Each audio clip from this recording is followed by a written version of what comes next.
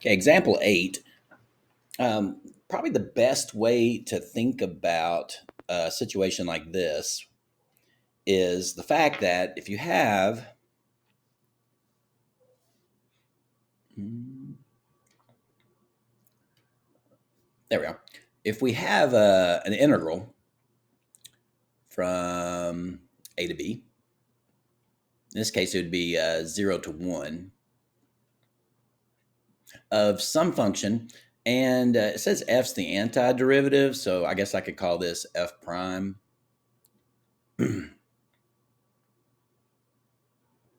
And we'll call it this. All right, and so by the fundamental theorem, we know this would equal f of b minus f of a.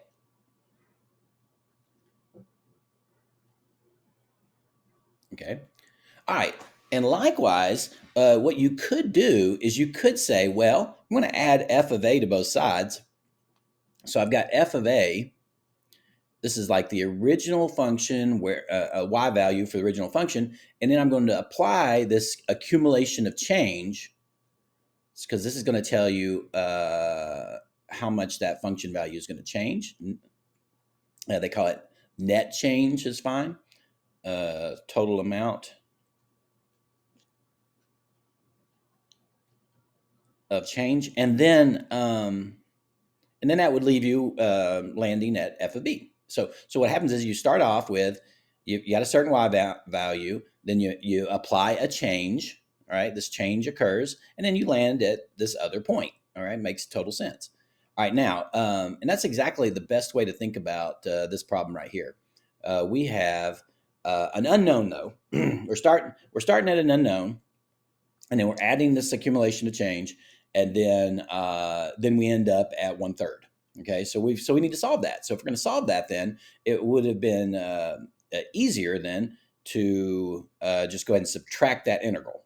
All right, so what I'm going to do then is I've started. I know where I end up. I end up at 1/3. I want to find out where I was to begin with. So we're going to subtract this integration. All right, so let's do all that on the calculator. All right, so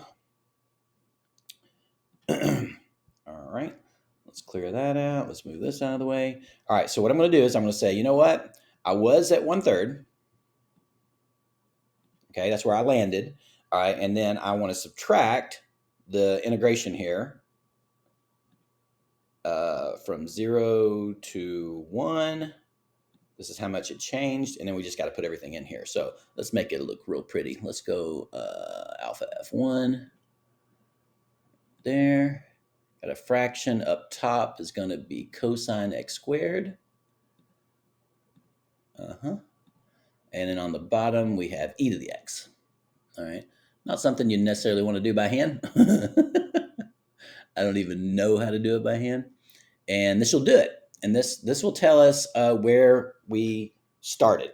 All right. So if I take where I landed, which is at 1/3, and I subtract my path, if you will, to get there, then we're left with where we started. And so there we go. Negative 0.253. Here's the thing though. You want to go 3 decimal places. So negative 2.57 would definitely be f of 0. All right.